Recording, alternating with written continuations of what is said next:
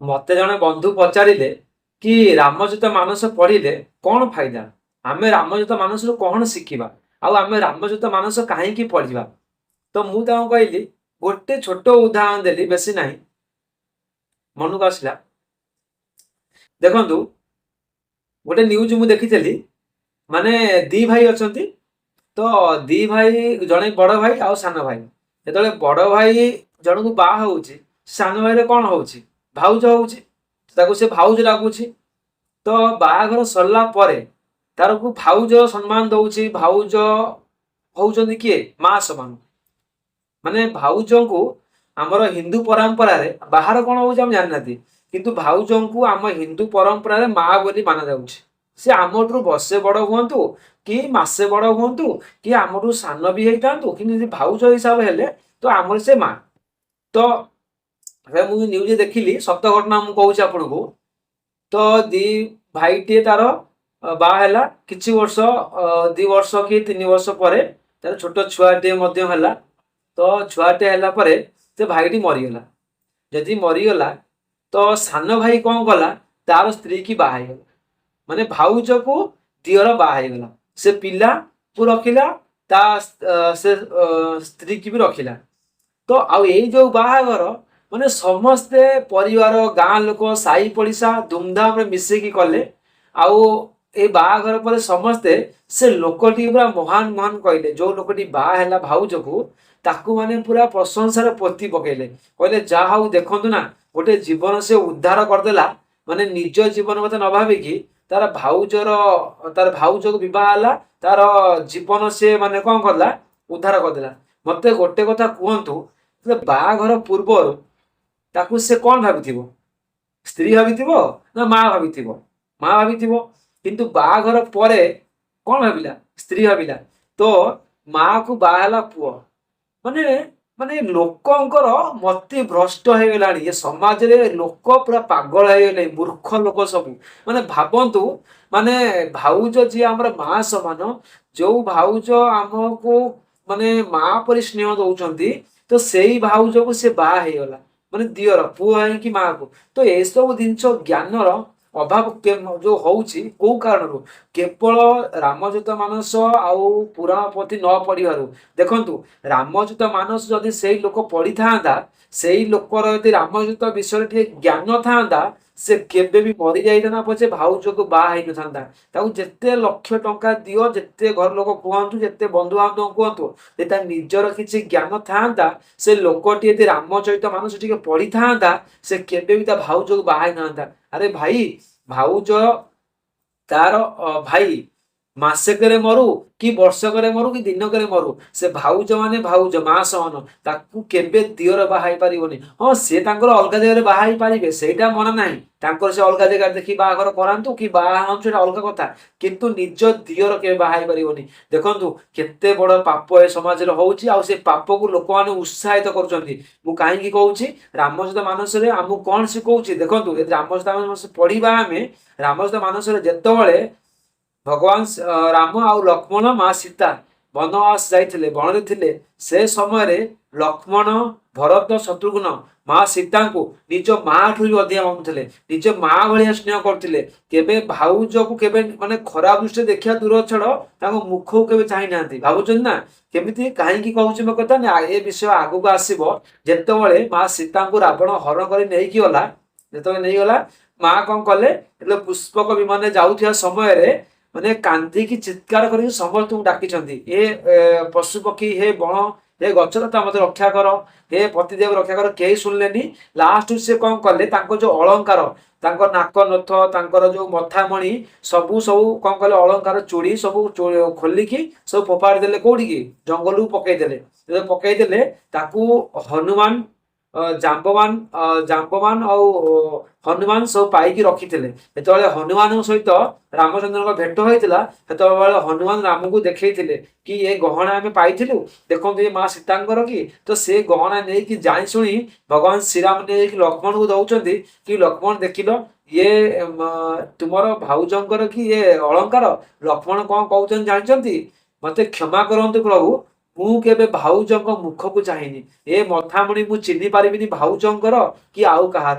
ମୁଁ ସଦାବେଳେ ମୋର ଲୟ ତାଙ୍କ ପାଦରେ ଅଛି, ମୁଁ ତାଙ୍କ ପାଦକୁ ପୂଜା କରେ, ସେ ହଉଛନ୍ତି ମୋ ମା, ମୁଁ କେବେ ତାଙ୍କ ମୁହଁକୁ ଚାହିଁନି। ଦେଖୁଛନ୍ତି, ମାନେ ସେ ଆମ ରାମଚନ୍ଦ୍ର ମାନସ ଆମକୁ କଣ ଶିଖଉଛି?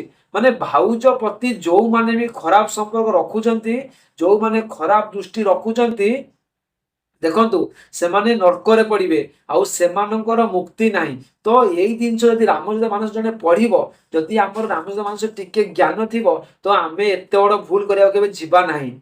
ଭାବୁଛନ୍ତି ତ ତେଣୁକରି ଏବେ ବି ସମୟ ଅଛି ଭାଇମାନେ, ସୁଧୁରି ଯାଆନ୍ତୁ, ସମାଜରେ ଭଲ ମଣିଷ ହିଁ ବଢନ୍ତୁ, ରାମଚରିତ ମାନସ ଟିକେ ପଢନ୍ତୁ। ନମସ୍କାର, ଜୟ ଜଗନ୍ନାଥ, ଶୁଭ ସନ୍ଧ୍ୟା ଆମର ସମସ୍ତଙ୍କୁ। ବର୍ତ୍ତମାନ ମୁଁ ରାମଚରିତ ମାନସ ଆରମ୍ଭ କରିବି। ଇଏ ଛୋଟ ଜ୍ଞାନଟିଏ ଥିଲା, ବହୁତ ହେଇଗଲା ଛୋଟ ଜ୍ଞାନ।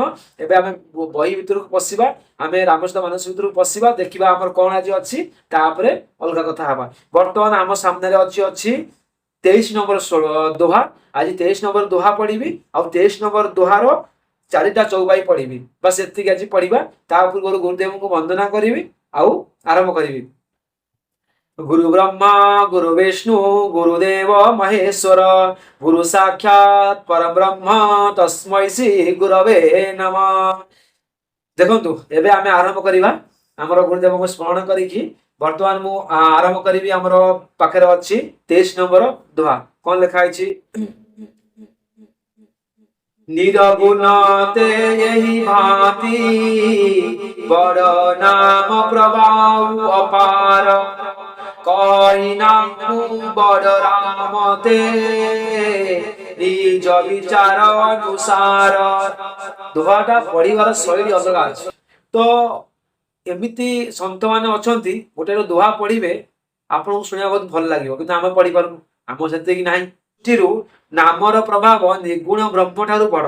वर्तमान मु मो विचार अनुसार कहउछि जे नाम सगुण ब्रह्म रामको ठारू मध्य बड़। माने राम श्रीरामको ठारू मध्य बड़। नामर केते प्रभाव, भगवान ठारू भी नाम एठी बड़ हे गेला। तो आउ कोन संदेह अछि मनरे? संदेह नाही ना। तो भगवान को जेतले पूजा करूछंती, पूजा कम करंतु, नाम जप अधिका करंतु। मु कहउनी रामचरित मानस रे गोस्वामी तुलसीदास आमको कहिकी जाइछंती। तापरे 23 नंबर दोहार हम प्रथम चौपाई पढ़िबा। राम भगत हित नर तनु धारी, सही संकट किए साधु सुखारी, नामु स प्रेम जपत अनयासा, भगत होई मुद मंगल बासा। देखंतु कोन अछि? राम भगत हित नर तनु धारी, श्रीराम भक्त मानकर कल्याण निमंते मुनि मनुष्य शरीर धारण करी, श्रीराम भक्त मानकर कल्याण निमंते मनुष्य शरीर धारण करी, निजे दुख कष्ट सही साधु मानकु सुखी कराई थिले। संकट के साधु सुखारी, साधु सुखारी अर्थ होउछि साधु मानकु सुखी कराई थिले। किंतु नाम स प्रेम जपत अनयासा, किंतु भक्त माने प्रेमर सहित नाम जप करी करी अति सहजरे आनंद व कल्याणर निवासी होई जाइछंती। देखंतु ना, भगवान श्रीराम आम मानकर बा लोक मानकर कल्याण निमंते मुनि ऋषि मानक उद्धार निमंते ए धरा पृष्ठ रे मनुष्य जन्म नेकी ग्रहण करथिले, मनुष्य जन्म हेकी अवतार नेइथिले। आउ आपण माने समते जानिछंती जे रामचंद्र मनुष्य सिना हेइथिले, अवतार नेइथिले, केते दुख कष्ट सहिचंती। माने तांकू राजा काली हबार थिला, किंतु आजी मिलला वनवास। राति पाइले रामचंद्र राजा आइतांते, किंतु हठात वनवास। आउ जंगल रे खाली पाद, ना चप्पल अच्छी, ना कठौ अच्छी, ना रहिया को घर अच्छी, ना खाइया को भल व्यंजन अच्छी, किछि नाही। बण जंगल रे राति राति दिन राति बुलीचंती, राक्षस मानकु संहार करिचंती, आउ लोकंकर कल्याण करिचंती। तापरे पुणी भगवान मां सीता को रावण नै पळैछि, सेठी पुणी रामचंद्र केते दुख, रामचंद्र विलाप करचंती जंगल रे। तो केते प्रकार दुख पाइचंती। जेतले भगवान हेई कि ए मर्त्य मंडल रे जन्म हेई कि एते दुख पाउचंती, आउ आमे साधारण मनीष जेतेबेले मर्त्य मंडल रे जन्म ग्रहण करिचंती, आमे केमिति भाबुचन जे आमु कष्ट पाइबानी, आमे केमिति दुख पाइबानी, केवल सुख ही सुख पाइबा। समस्त सुख तो चाहती, किंतु सुख कोन समस्त को मिले नाही। जदि सुख एतिकी मिलिथिबो, दुख एते मिलिबो। तेणु करी सुखर कामना न करिकि केवल भगवान को निरंतर आमे जप करिबा, तो भगवान हमर कल्याण ही करिवे। तापर कोन अछि? हमर 2 नंबर चौपाई पढ़िबा।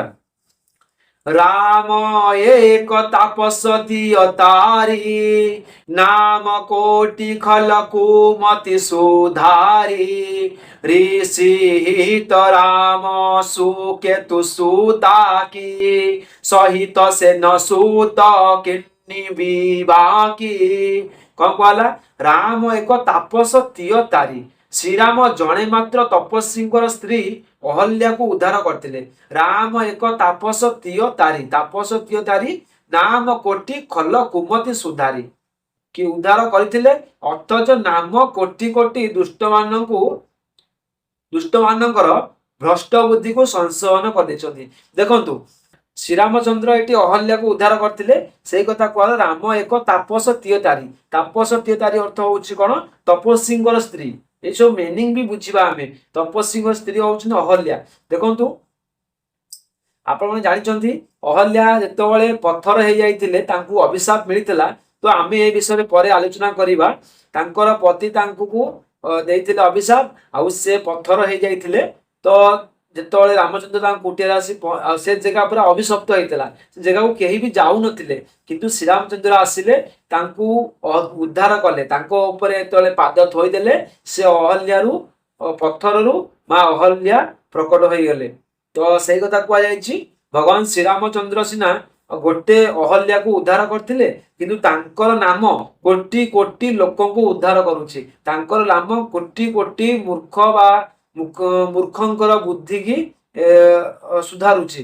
जार बुद्धि भ्रष्ट हो जाइछि सेमानकु बाट देखौछि से कथा कहला। तापर आउ गोटे हमर अछि 3 नंबर चौपाई कोन दिला? सहित दोष दुख दास दुरासा, दलई नामु झिमिर विनिसिनासा। भंजेयु राम आपु भय चापु, भयो भय भंजन नाम प्रतापु। कहले ठीक ना श्रीराम विश्वामित्र ऋषिंकर हित निमंते सुकेतु जक्षर कन्या तारका को तार सैन्य और पुत्र सुबाहु सहित निशेष कर देइथिले किंतु सूर्य रात्रि को नाश करदेवा भली नाम भक्त मानकर सम्मत दोष दुख और दुराशा को नाश कर दिए। श्रीराम तो निजे शिवधनु भांगी थिले किंतु नामर प्रताप संसार सर्व भय भंजन कर दिए। देखु श्रीराम ताड़का को मारथिले सम जानते ताड़का जो वन में मुनि ऋषि मान बहुत हैरान करुले से यज्ञ अपवित्र करदे यज्ञ भंग करते मुनि ऋषि मान मारिकी खाई जाते से भगवान श्रीराम आसी पहुंची विश्वामित्र ऋषि नहीं आसन सांगरे यज्ञ रक्षा करने निमंते आउ श्रीरामचंद्र आसी पहुंची जाइए ताड़का को मारी ताड़का को मारदे दुई पुत्र सुबाहु को मारीची मारी सुबाहु को मारदे सुबाहु मरी जाइए आउ मारीची छाड़ गोटे तीर मारी सीधा मारीची जाई पड़ी लंका तो तांकर राक्षस जो माने उत्पात करुले से जंगल रे सबू तांको निपात करिसंती आ मुनि ऋषि माननको रक्षा करिसंती। तापरे तांकर आउ गोटे कथा कौन कहुई रामचरित मानस रे ना भगवान श्रीराम शिवधनु भांगी राम सीना निजे शिवधनु को भांगी किंतु तांकर जो नाम संसार सर्व भय भंजन कर दिए।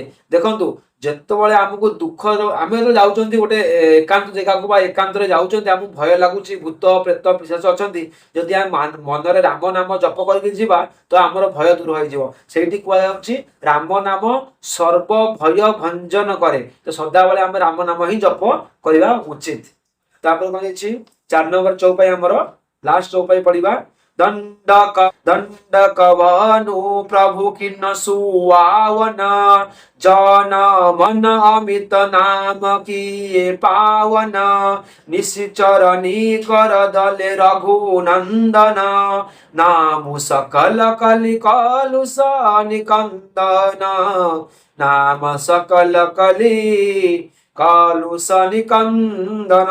दंडक भानु प्रभु किन्न कही सुहावन देखु तार मानी करी ना राम सीना भयंकर दंडक वन को सुशोभित करथिले जन मन अमित नाम किए पावन किंतु तांकर नाम असंख्य मनुष्यर କଳୁଷିତ ମନକୁ ପବିତ୍ର କରିଦେଉଛି। ନିଶିଚର ନିକର ଦେଲେ ରଘୁନନ୍ଦନ। ଶ୍ରୀ ରଘୁନାଥ ରାକ୍ଷସ ସମୁଦାୟକୁ ନିପାତ କଲେ। ନା ମୁଁ ସକଲ କଲି କଳୁଷ ନିକନ୍ଦନ, କିନ୍ତୁ ନାମ କଳିଯୁଗର ସକଳ ପାପର ମୂଳୋତ୍ପାଟନ କରିଦିଏ। ଦେଖନ୍ତୁ କେତେ ସୁନ୍ଦର ଭାବରେ କୁହାଗଲା ରାଜସ୍ୱ ପାଇଁ। ନା ଦଣ୍ଡକ ବନ ଯୋଉ ରାକ୍ଷସ ମାନେ ଉତ୍ପାଦ କରୁଥିଲେ, ମୁନି ଋଷି ମାନଙ୍କୁ ମାରୁଥିଲେ, ତ ଦଣ୍ଡକ ମାନଙ୍କୁ ତ ସେ ସଫା କରିଦେଲେ, ଦଣ୍ଡକ ବନକୁ ସେମାନେ ସୁଶୋଭିତ କରିଥିଲେ। କିନ୍ତୁ ତାଙ୍କର ନାମ ଅସଂଖ୍ୟ ମନୁଷ୍ୟର ଯୋଉ କଳୁଷିତ ମନକୁ, ଅସଂଖ୍ୟ ମନୁଷ୍ୟର ଯୋଉ ପାପ ମନକୁ ପବିତ୍ର କରି ଚାଲିଛି ତାଙ୍କ ନାମ। କେବଳ ତାଙ୍କ ନାମ ନେଲେ ହିଁ ଆମ ମନ ପବିତ୍ର ହବ, ହେଲେ କୌଣସି କାର୍ଯ୍ୟରେ ମନ ପବିତ୍ର ଆମର ହେବ ନାହିଁ। ଯେତେ ଆମେ ପୂଜା କରନ୍ତୁ, ଯେତେ ମନ୍ଦିର ଯାଆନ୍ତୁ, ଯେତେ ଭଲ କାମ କରନ୍ତୁ, କେବେ ମନ ପବିତ୍ର ହେବ ନାହିଁ। କେବଳ ରାମ ନାମରେ ହିଁ ଆମ ମନ ପବିତ୍ର ହେବ। ତାପରେ ଆଉ ଗୋଟେ କଥା କଣ କହିଲେ ନା ନିଶିଚର ନିକର ଦେଲେ ରଘୁନନ୍ଦନ। ଶ୍ରୀ ରଘୁନାଥ ରାକ୍ଷସ ସମୁଦାୟକୁ ନିପାତ କରିଦେଲେ, କିନ୍ତୁ ନାମ କଳିଯୁଗର ସକଳ ପାପ ମୂଳୋତ୍ପାଟନ କରିଦିଏ। ଏ କଳିଯୁଗର ସମସ୍ତ ପାପକୁ ତାଙ୍କ ନାମ କଣ କରେ, ପୁରା ନଷ୍ଟ କରିଦିଏ। ଏବେ ଆମର ରାମଚରିତ ମାନସର ଆମେ ପଢୁଥିଲେ 23 ନମ୍ବର ଦୁହାର 4ଟା ଚଉପାଇ ବର୍ତ୍ତମାନ ଆମର ସରିଯାଇଛି। ମତେ ସମୟ ଇଶାରା ଦେଇଛି, ଆମେ ଏଇଠି ବିରାମ ନବା। ରାମଚରିତ ମାନସକୁ ଏଇଠି ଆମେ ରଖିବା। ପୁଣି ଆମେ କାଲିକି ଦେଖାହବା 24 ନମ୍ବର ଦୋହା ସହିତ ଆଉ କିଛି ଚଉପାଇ। ସେ ପର୍ଯ୍ୟନ୍ତ ମତେ ବିଦାୟ ଦିଅନ୍ତୁ। ରହିଲେ ଆଜ୍ଞା। ହର ହର ମହାଦେବ।